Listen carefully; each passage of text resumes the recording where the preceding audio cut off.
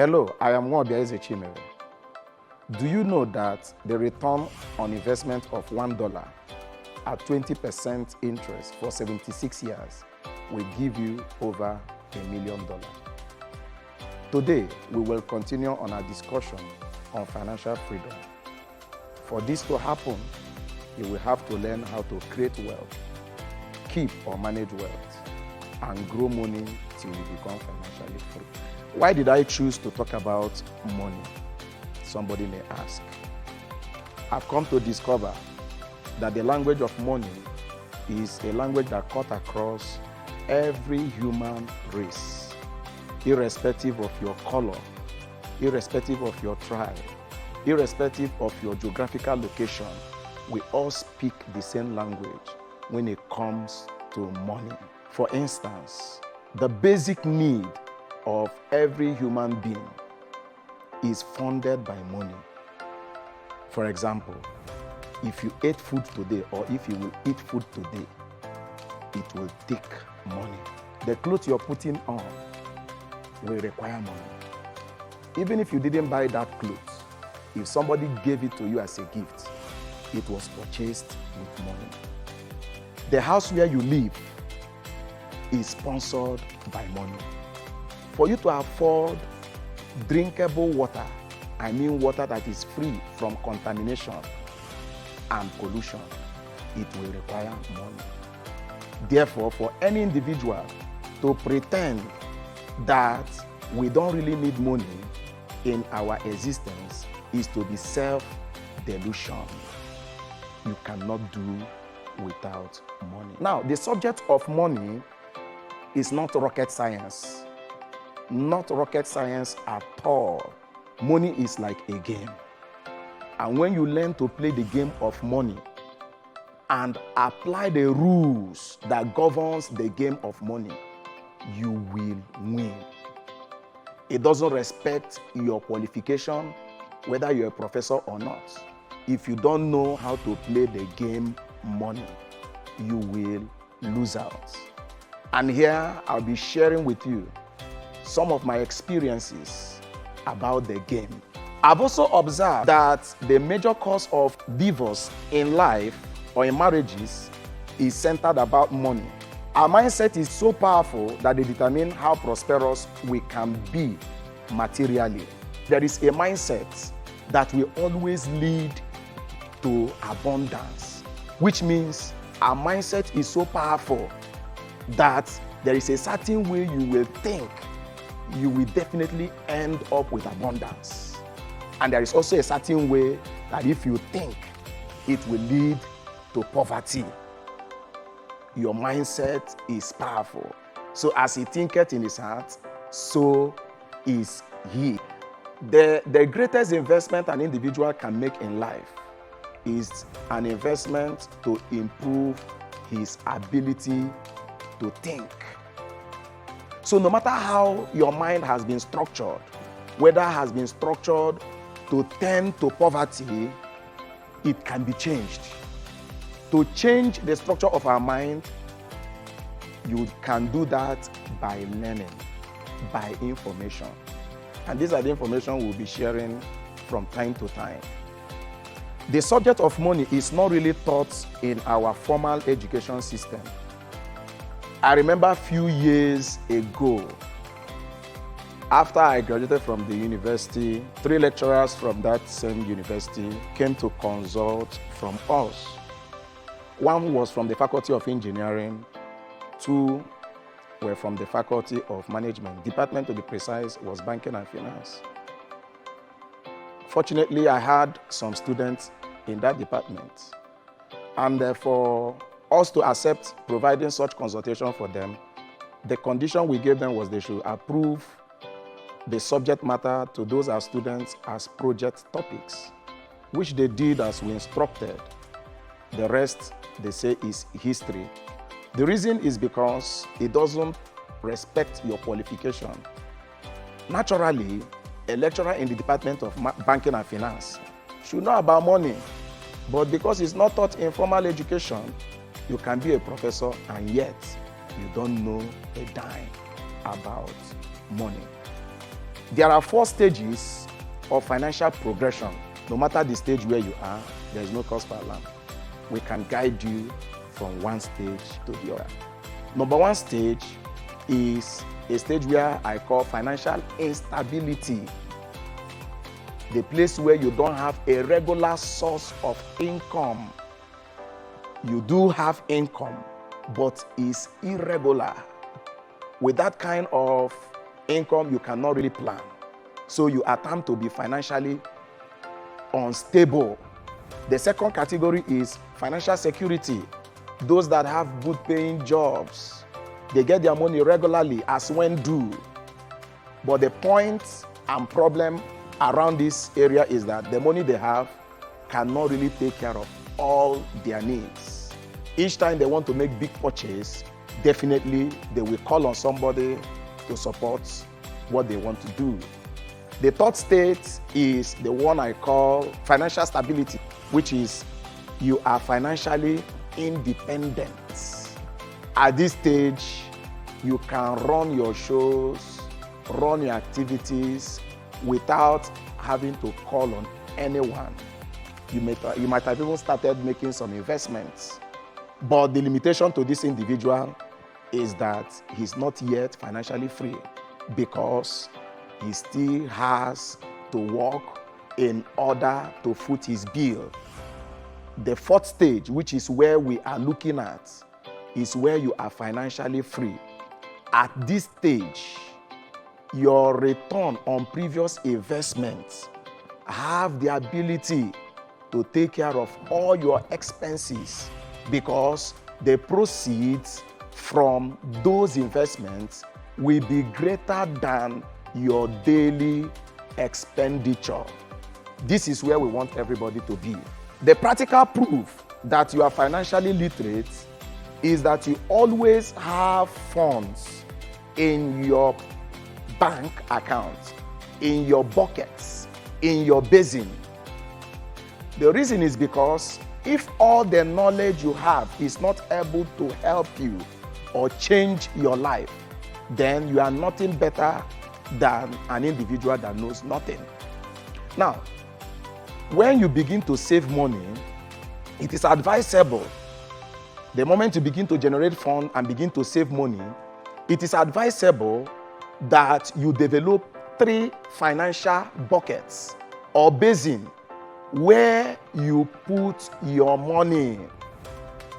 I will term them. One is security basin or buckets. Another one is your risk or growth basin. While the third one is your dream basin. I will explain. Your security basin is the pocket or basin that takes care of all your functional activity, all your routine activities, your day-to-day expenses, the money that you normally use to run your home, your children, the money you use to buy food. This falls in the category of security basin. Then the second category is the risk or growth basin. The money that you keep here is money that you set apart for investments. Money you set apart for investments. While the third pocket or basin is the one I call the dream basin. The pocket where you keep the money with which you run your frivolities, take care of your fun. Now, these 3 pockets must be separated. They should not meet. Remember, the game of money or money is a game. And if you learn to play by the rule and then play by the rule of money, you will win. If you live your life and you don't create these pockets or basins, in major part of the world, people just accumulate money and everything is in one basin. They want to make investments, they put their hands on the same pocket, make investments. They want to take care of their family, they put their hand from the same pocket, make expenses. They don't really separate their money. They don't really plan their money. But for you to be financially literate, it is expected that your money is divided and they are protected with walls such that you don't dip your hand on growth or risk pockets to finance the other. These are rules that if you want to become financially free, you must obey them. Someone asked me a question at the place where I made a presentation.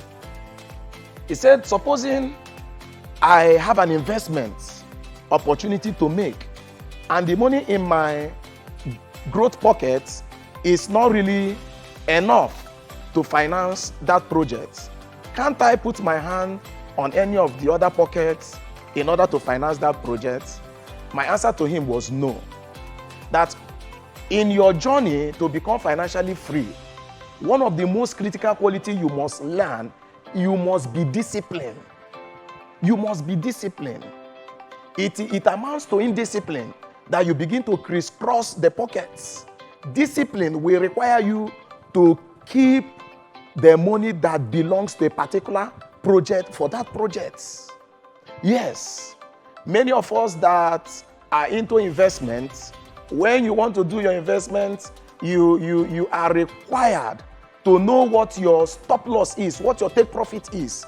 You plan what you want to do. You know the amount of money you are willing to risk on investments. So the same way, the moment you begin to gather money, it is expected that you create 3 distinct basins or pockets where you store your money. And I have already told us what each pocket represents.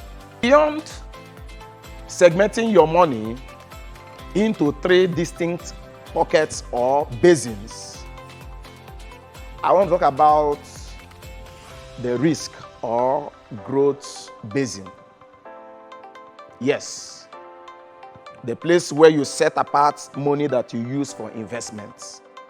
How do you invest? Investment is also by rule. I will advise that you further divide the money set apart for your growth or investment pockets into 3. 1, highly volatile investments. 2 is for low volatile investments or low risk investments. And then 3, no risk investments. Now, there are investment opportunities that are very, very volatile.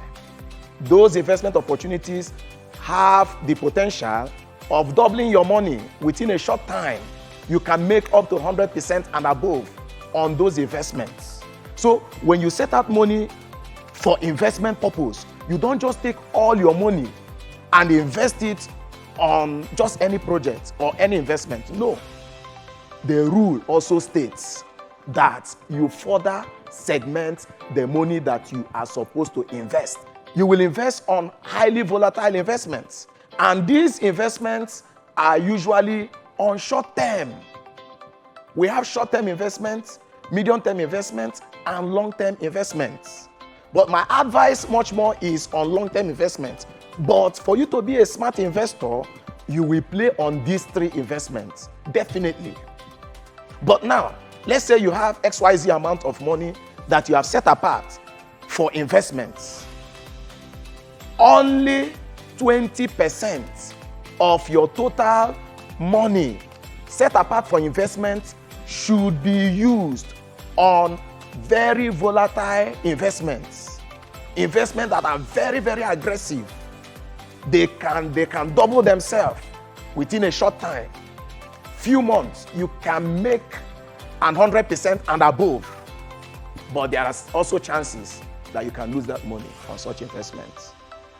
So now, supposing you make investment on highly volatile investments, aggressive investments, and then something happened to that investment, you are not permitted to reach out to the other parties in order to launch back on that investment. Remember, money is a game. Then the second pocket that you must create, which is usually a medium term, is moderately aggressive. You are expected to stake or invest nothing greater than 30% of your money for investment on it. And these investment options have the ability to generate for you within the neighborhood of 20% to 100% per annum. Now, let me go back to the short-term investments. Remember, those aggressive investments, they are not supposed to be long-term. Sometimes people are very greedy. They want to go into aggressive investments and they want to allow it to last for a long time. And then, unfortunately, those investments will fail along the line. So if you're sticking for short-term investment, remember it's short-term. Short-term. And you are permitted to stake only 20% of the money set apart for investment, not 20% of your total savings. Please. Your savings will be segmented into 3. Remember the area that will run your life, the place that is for your daily operation, the one that is for investment, and the one that is for fun. The money we are talking about is the one that is meant to take care of investment, should be further divided into 3. Highly volatile investments, which is for a short term. They have the opportunity to give you up to 100% and above within a very short time. Then the one that is moderately aggressive is less volatile. They can give you between 20% and 100%. They are medium term. You can stake your money on them on a medium term base. And thirdly is the one that there is no risk. No risk. And you are permitted to put 50% of the money that you set out for investment on this. This investment can last for as long as 40 years, 50 years, 60 years, 70 years, as the case might be. And there are several investments opportunity that can do this for you. Still on low risk investments. Low risk investments, they are usually conservative. Investments that you make for a very long time. Albert Einstein once states that the greatest invention of man is the discovery of compound interests. I will share with you various amounts of money that if you invest within certain percentage and certain time lag, you can make $1 million. I mentioned earlier that an investment of $1 at an interest rate of 20% for about 70 years will give you over $1 million. I have done this over and over with the power of compound interest. Why I'm passionate about this is because we once talked about us addressing or arresting our spending habits. $1 note is something that is common to every individual. But if you know the potential that is in that $1 bill, you will become frugal with your money. The money you have, no matter how small it is a seed with a potential of becoming a money tree. And each time we eat those funds or waste them, we destroy their chances of becoming a money tree. So if you can save $10 and put them in an investment that can yield you 20% on annual basis on a compounding interest rate, it will take you only 20 years to make over $1 million. $10, just $10. So our major focus should now be, how can we find these investments? Because $10 is very easy to get. How can we find these investments? That should be our major focus. And then, if you want to make this investment, there are 5 things that you must have in your mind when you are planning such investments. Number 1 is, how much are you targeting to hit? You must have a target. Number 2 is how much are you willing to set apart? I remember when I was teaching in a subsequent class, I mentioned that you must be willing to let go of some pleasures if you want to become financially free. So, how much are you willing to set apart for investments? Number 3 is what interest rates are you looking out for that can support your target with that same amount? And then for how long do you want to keep the money? Lastly, what is the purpose for the investment that you are making? These 5 questions need to be resolved in order for you to do it rightly. You can give yourself an exercise. Get a sheet of paper. What is the target that you are looking out for? Is it $10 million? How much are you willing to set apart for investments? You write out the amounts. What interest rate are you looking out for? You write it out. How long will it take you? Just use your application in any of your mobile device. Go to your compound interest calculator. You will know how long time it will take to hit that amount. And then what is the purpose? Very, very important. The moment this is done, then you are ready to go to the next stage. Today we have to stop here till we come your way again. Thank you.